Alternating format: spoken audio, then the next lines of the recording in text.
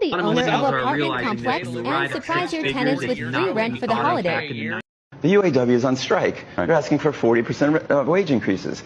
The unions is fun. So what we have here is a classic case of billionaire boss baby trying to make you think that working people demanding fair wages is what's causing inflation. Now people like him who are worth $3.8 billion. I want you to think, oh my god, 40% wage increases? That's impossible, when that is modeled after what the executives at Ford, General Motors, and Stellantis all received in the last 4 years. If you want to fact check, this is a report from Goldman Sachs detailing that union wage increases are not what is causing inflation. So this cost $85 yesterday at Whole Foods. Take a second to really let that sink in. Don't get me wrong, inflation is bad, right? Prices are up everywhere at grocery stores. However, Whole Foods, come here. Whole Foods has always been expensive. You know what I'm saying? Going grocery shopping at Whole Foods is like going to Five Guys for your fast food, right? You got to have money to go to these places. You know what I'm saying? Whenever my family and I see a rich person, we're like, oh, they got Whole Foods money. You know, that's kind of where that is. Milk has always been $25 at Whole Foods. You know what I mean? If somebody has $100 and they go shopping at Whole Foods, they can get about 4 items. That's normally how that actually works, you know what I'm saying? But however, right, the message is still there, okay? Because groceries are still expensive, but Whole Foods has always been, if anything, that's actually a bargain to get that for $80.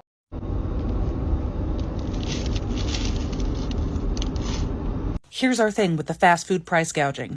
You're raising the price of everything. Fine, we get it. The economy's bad. Fine. But the food sucks lately. We're paying double what we used to, and the food sucks. You can't have it both ways. You can't jack up the prices and then make the food taste like cardboard. I guess maybe you can, because we're still in line.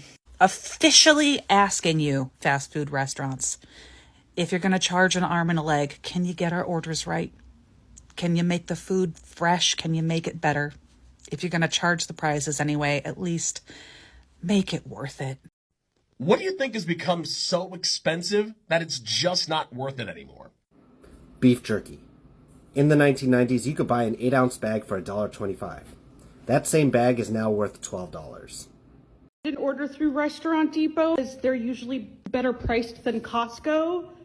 We're already doubling up on housing. Why are we not splitting grocery orders?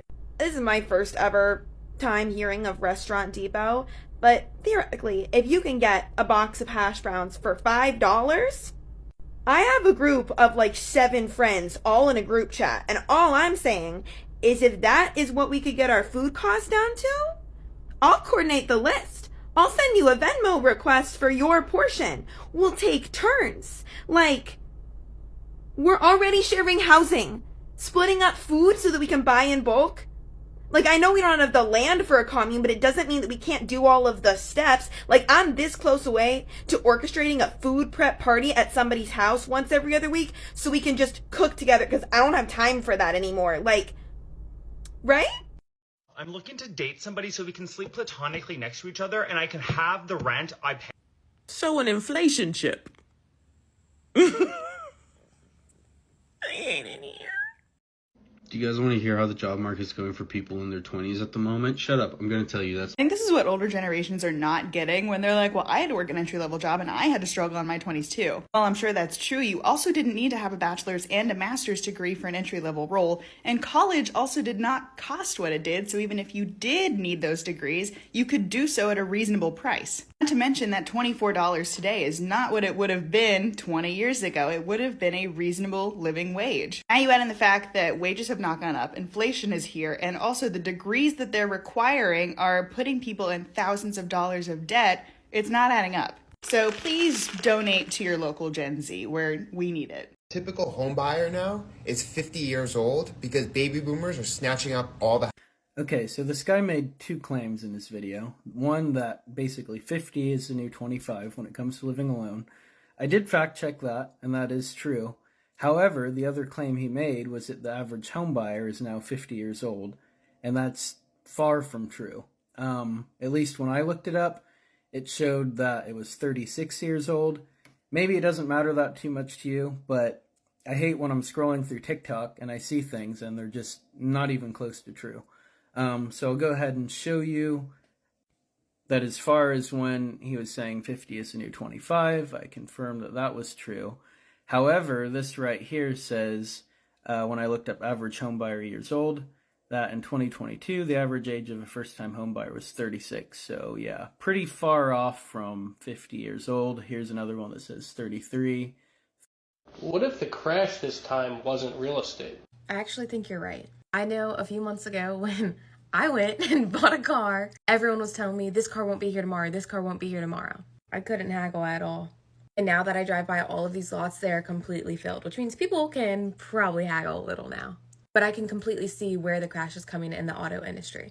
And I'm one of the people that bought a few months ago. You live and you learn. The owner of an apartment complex and surprise your tenants with free rent for the holiday. Every apartment complex in the United States should have been doing this already. Every December for the holidays. Yeah. Y'all that money hungry? Y'all could be doing that. No, instead in October, my complex decides to do just a Halloween decorating contest and give $100 off for November. Why can't you give us December? Like, seriously, boo-boo. It's doable. If that lady could do it, y'all could too.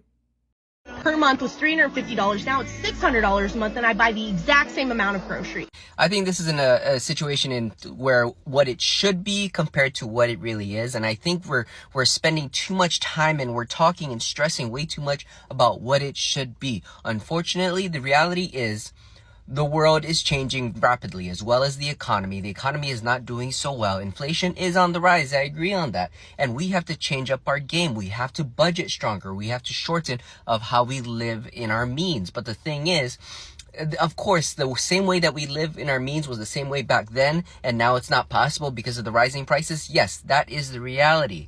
So, unfortunately, you're going to have to cut back on the high brand products. You're going to have to cut back on the amount of food that you can actually eat. You're going to have to cut back about the amount of fun that you can have with all these subscription services. You need to cut back because complaining about it is not going to change the economy. You have to adapt to it. That's all. Am I the only one that's noticed how crazy IKEA has gotten? Can we also talk about the fact that IKEA's As-Is room has also gotten insanely expensive? It used to be that you could walk into the As-Is room and get something for like 50, 60, 70% off easily. And it made sense because the things that were being sold in the As-Is room were things that were either from the display floor that like kids were jumping all over, God knows how many people were laying on, putting their feet on, whatever, or they were things that people returned from home. So maybe they put it together at home and didn't like it, or didn't put it together right, but for whatever reason, they returned it. And you were taking the risk of getting something that was in someone's home that may have had roaches, bed bugs, all of the things that I'm afraid of. But you were okay taking that risk because it was so incredibly cheap. But look at the prices now. Take this picture frame speaker, for example. It is originally $260. It's being sold for $180. But here's the thing. When you buy from the As-Is room, you can't return it. So you're taking a risk. If this thing doesn't work, you are stuck with it. So that means for only 30% off, you want me to take this risk. No. This thing should not be more than $40. $40 is worth the risk. That is it. I understand inflation, but don't play me. Why is my quantity of things getting smaller? The simple answer is it's still inflation. If you're paying the same amount for less quantity, they call that shrinkflation.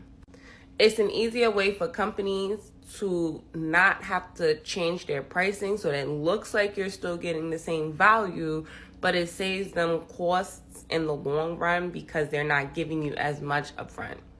I've been seeing this from the candy bars to the restaurants to their hair supplies.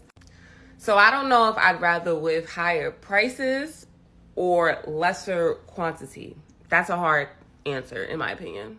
A lot of millennials are realizing this. When you arrive at six figures, it's not what we thought of back in the 90s. This is so true. Like when I was growing up, my parents, I don't even know. I'm sure they made six figures. I don't know how much they made. My mom was a nurse and my dad worked at GM. So we 100% did not struggle when we were younger. You know, every once in a while when GM went on strike, we'd have ups and downs, of course. But for the most part, we never struggled for when our meals were coming. My husband and I easily make over six figures with both of our jobs in healthcare plus my side hustles. And sometimes It's honestly not enough. And I don't even live in the city. My parents easily took us on vacations. My parents easily bought extra things like campers and had nice cars. My husband and I, yes, we have a camper, but it's not like the nicest camper. We definitely had to make concessions because those campers are expensive. We go on vacations, but most of our vacations are camping because we own a camper. And then the price of just Airbnbs and things like that are just the price of the hotels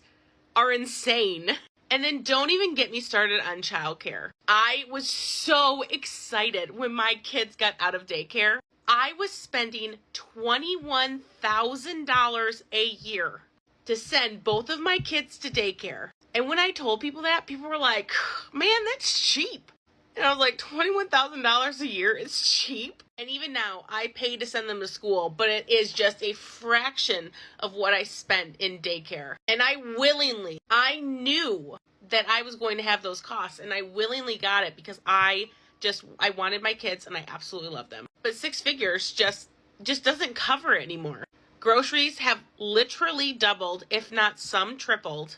I don't know the solution.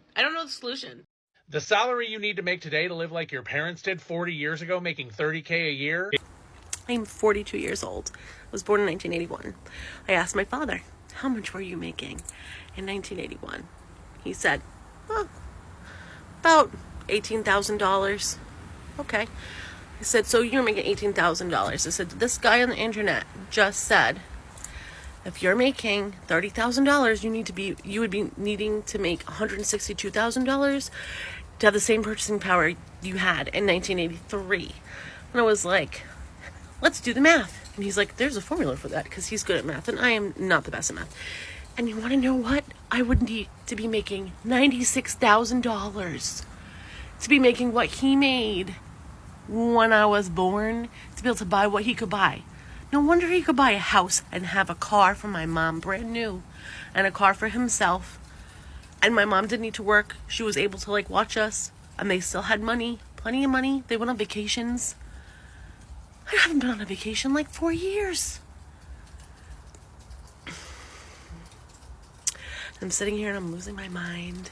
I'm thinking, I'm behind on life. No, literally life is not meant for me and my generation to own anything, to have anything without any help, or if you were lucky and you bought it early, when you could still buy something. I'm making the most money I've ever made in my life. I'm working the most I've ever worked in my life, and I have nothing to show for it. And it's pissing me right the fuck off.